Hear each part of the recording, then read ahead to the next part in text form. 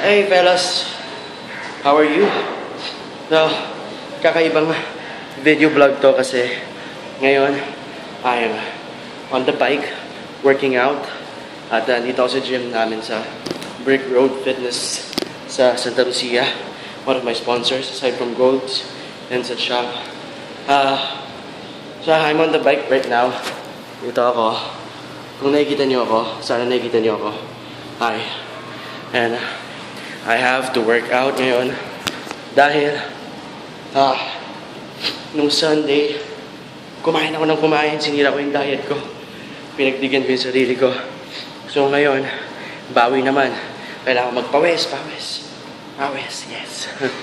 So guys, sana nakakanood kayo ng Yesterday's Bride at sa mga nagpapabati ngayon sa video vlogs, I will do that.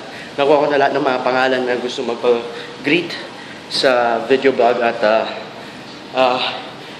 ililista ko na lang sila at babatiin ko kayo. Babatiin ko kayo lahat.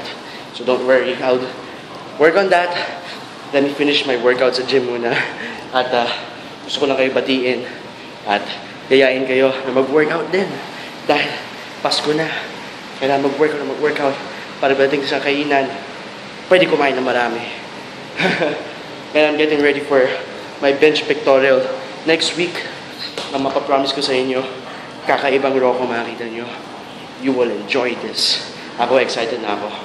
So, excited na ako ipakita sa inyo kung anong pinaghandaan ko for the past 2 months.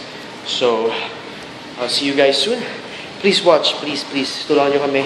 Pataasin lalo ang ratings. Ang balita ko, #1 na raw kami sa hapon. So, yeah! Nice one, guys. So, help us spread the word at pataasin pa natin yung ratings ng Yesterday's Bride. Promote nyo sa mga kapitbahay nyo, sa bayan nyo, barangay nyo. Sabihin nyo, manood sila after Eid Bulaga every day. At pagano'n story. At ngayon, magkikita na ata si Justin at si Andrea. So, tingnan nyo kung ano mangyayari. So, I'm excited to excited ako ibalita sa inyo na malapit na yung tawag dito, Christmas party ng mga fellas, I think, and Christmas outreach na gagawin namin. So, abangan nyo yan and just watch Party Pilipinas, Yesterday's Bride, every day. Sorry, pagod na ako. So, I'll see you guys soon, and you guys take care. Work out para masapang kain. Bye.